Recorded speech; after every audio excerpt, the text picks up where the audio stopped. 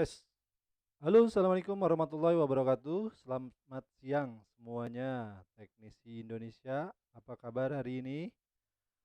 Hari ini saya mau sedikit memperkenalkan atau sedikit bercerita tentang sebuah karya dari teknisi Indonesia yang diperuntukkan untuk teknisi Indonesia, yaitu Expander Smart Schematic ya. Di sini saya sudah ada aplikasinya, Expander Smart Schematic. Kita buka.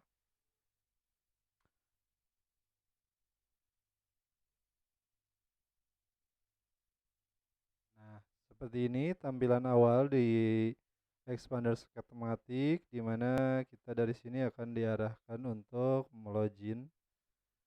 Nah, untuk yang belum punya akun bisa registrasi di sini. Kalau yang belum, ini registrasi di sini. Kalau yang sudah punya bisa langsung login dan memasukkan ID tokennya. Oke, di sini kita dihadirkan beberapa settingan atau beberapa menu, tapi kita bakal lebih fokus ke bagian tab sebelah pojok kiri. Di sini ada pilihan beberapa tipe device handphone, yang mana nanti kita pada saat mendapati kasus di meja kerja kita, yang pertama kita lakukan adalah mencek dulu, ya kan, menganalisa dulu. Nah, tool Expander Smart Schematic ini adalah satu tool yang akan sangat memudahkan kita dalam proses penganalisaan kerusakan handphonenya. Nah, yang pertama kita misalkan disuguhi device. Salah satu contoh kita ambil brand Xiaomi. Nah, di sini ada beberapa tipe, mungkin yang untuk yang kurang-kurangnya tim pengembang sedang berproses untuk terus menambah fiturnya, menu-menu dan lain-lainnya. Nah, di sini kita misalkan di meja kerja kita didapati satu kasus, misalkan di sini ada Redmi Note 9. Redmi Note 9 Merlin kerusakan mati total.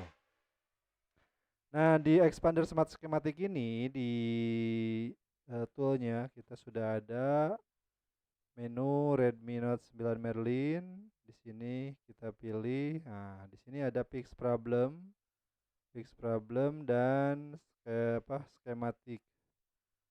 Nah, kita buka skematiknya.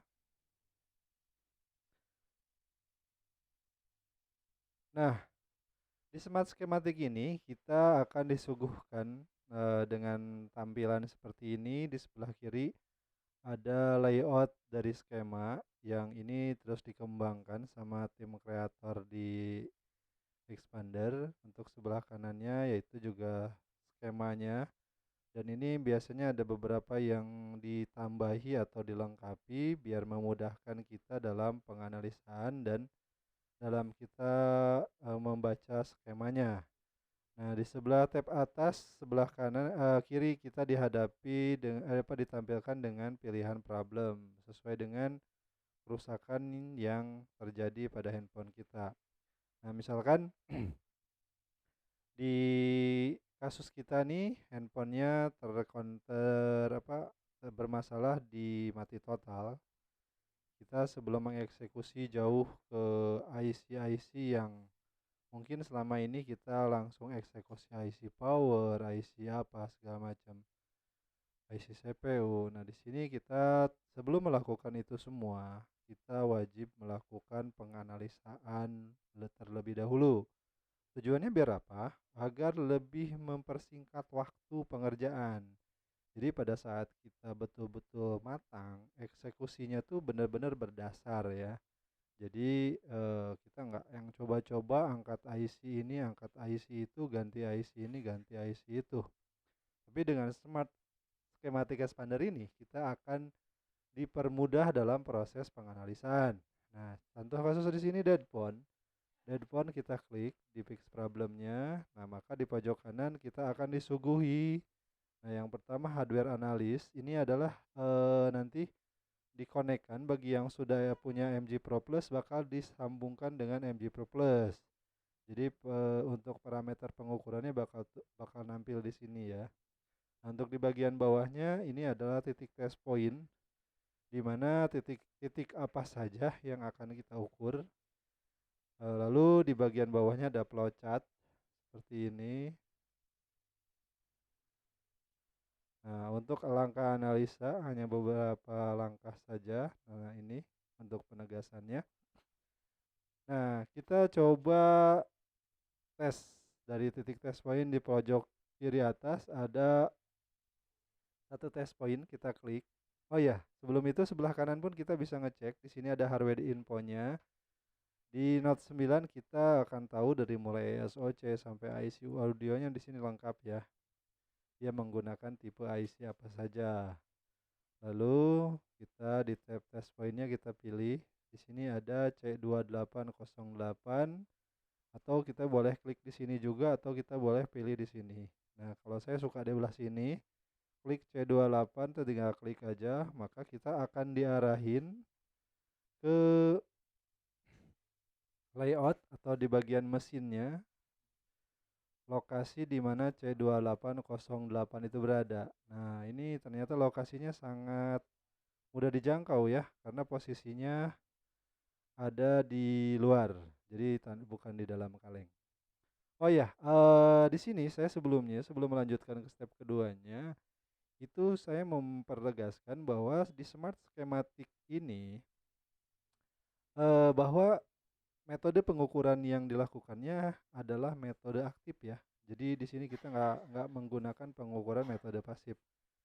Karena kenapa? Karena memang itulah seharusnya kita dalam menganalisa sebuah rangkaian elektronika itu, yaitu pengukurannya wajib melakukan dengan pengukuran aktif. Adapun pengukuran pasif di kami hanya dilakukan untuk mencari jalur yang putus atau konslet saja. Nah, ini di step 1 kita disuguhi untuk mengukur titik test point C2808 dengan value atau nilai tegangan yang harus dihasilkan minimal adalah 3,575 volt. Nah, dengan netname-nya atau nama jalurnya itu adalah PISIS. Nah, di sini namanya PISIS. Jadi bebas kalau ternyata bapak-bapak ada titik poin yang diketahui satu jalur dari sini, boleh diukur di jalur PISIS yang sama. Lalu kedua, di sini kita disuguhkan dengan titik pengukuran di R2205. Value-nya dia high ya, berarti ini bentuknya bukan analog. Di sebelah net name-nya namanya adalah jalur PCDT. Coba kita klik. Maka di layout lagi-lagi kita diarahkan. Nah, posisinya ini kebetulan di atas MMC ya. Di sini dia bernilai high untuk net name-nya PCDT. Di skema juga kita ditampilkan ini PCDT. Nah, ini sebagai perintah digital dari IC charger. Ya, ini PCDT. Lalu di step titik pengukuran ketiga ada C6731 di mana nilai value-nya adalah 1,8 volt. Nah, lagi-lagi ya kan, kita diarahkan dengan sangat mudah. Di layoutnya kita langsung di sini. Ini layoutnya udah mulai purchase mesin ya, purchase mesin real seperti ini.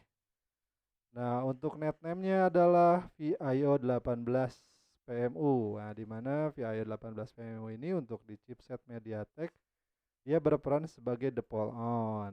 Nah, seperti ini ya. Ini cirinya default on. Oke, lanjut. Jika dirasa urutan pertama, kedua, dan ketiga dirasa aman, lanjut keempat, kita di sini disuguhkan dengan TP atau test point 9002. Nah, ini untuk value-nya high atau 18 volt. Untuk net name-nya adalah Practice Reset B ya, atau di Qualcomm itu namanya PS Hall ya Bapak-Bapak. Nah, kita klik aja. Aduh, ini enak sekali. Test pointnya disediakan ya. Test pointnya di atas MMC. Ini kayaknya nggak usah atau nggak harus ngecek ngecek ngebongkar kaleng dulu ya. Tanpa apalagi kalau ngerusak kaleng pakai tang. Aduh, itu sangat tidak direkomendasikan ya kalau untuk teknisi yang profesional tuh jangan sampai hal ini dilakukan. Nah, ini kita dari beberapa titik aja kita udah bisa sedikit mengambil kesimpulan dari apa penganalisaan sejak awal dari urutan ke-1 dan ke-4. Di sini kita udah bisa dapat pegangan kira-kira masalahnya di mana. Nah, katakanlah dari titik pengukuran ke-4 ini, kenapa misalkan tidak handphone tetap tidak nyala sementara dari ke-4 titik ukur ini sesuai. Nah, kita jelas dari sana kelanjutannya adalah cukup fokus ke area storage-nya, NAND-nya atau MMC-nya. Bisa jadi dari partisi sistemnya, bisa jadi dari si IC NAND-nya sendiri yang bermasalah. Cukup mudah ya. Penganalisaan hanya untuk handphone mati hanya beberapa langkah, kita dalam beberapa menit sudah bisa menemukan, memastikan kerusakan. Jadi eksekusinya semua real, full analisa tanpa tebak-tebakan atau apa ya namanya ya, feeling. Oke, itu dulu dari saya. Mungkin di berikutnya saya akan mengenalkan beberapa fitur yang lainnya. Ini baru deadphone ya. Nanti di untuk charger, blok yang lainnya saya akan sedikit ulas sedikit-dikit. Mudah-mudahan kita bisa saling men-share pemahaman, saling bertukar pengalaman kita di bidang teknisi handphone ini. Oke, terima kasih semuanya. Assalamualaikum warahmatullahi wabarakatuh.